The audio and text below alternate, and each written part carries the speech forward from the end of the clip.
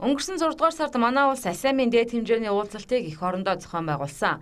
За олон улсад Монголыг сурталчлах зорилготой гэж тухайн үед сүрдүүлэн болж исэн ASEAN-ийн уулзалтанд 23.6 тэрбум төгрөгийг зарцуулахаар төсөв батлагдж байсан. За тэгвэл үүнээс 20.8 тэрбум төгрөгийг зарцуулсан бөгөөд санхүүгийн тайлангийн аудитын шалгалтаар 14.8 тэрбум төгрөгийн зөрчил илэрсэн гэж үндэсний аудитын газраас мэдээллээ. 2016 оны төсвийн ерөнхийлөгчийн захирагчийн санхүүгийн тайлангаар бол эдгээр зөрчлүүд гарсан байгаа. Яг хөрөнгө одоо тавилга тоногдох хөрөмжтэй холбоотой ийм төрийн өмчийн бодлого зохицуулалтын газрын зөвшөөрлгүйгээр одоо хувь хүн иргэдэд үн төлбөргүй шилжүүлсэн.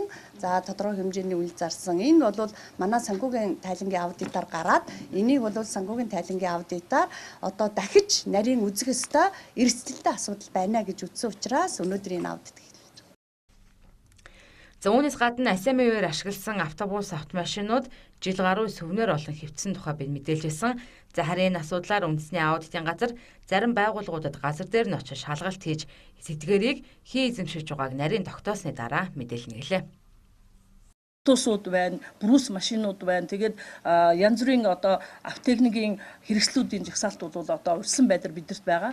Гэхдээ өнөөдөр та бүхэнд яагаад энэ болгоныг задлж хэлэхгүй байгаа юм гэхээр бид одоо их судалгаа авж байгаа учраас яг газар дээр нь тулган баталгаажуулт тэгээд хиний өмчөд очисон юм бэ, зүй зөкстэй байна уу, яг ашиглаж гэнэ үү гэдэг дээр яг аудитын үйл ажиллагаа чиглэж байгаа учраас аудитын үр дүнд бол дараа нь мэдээлэх болно.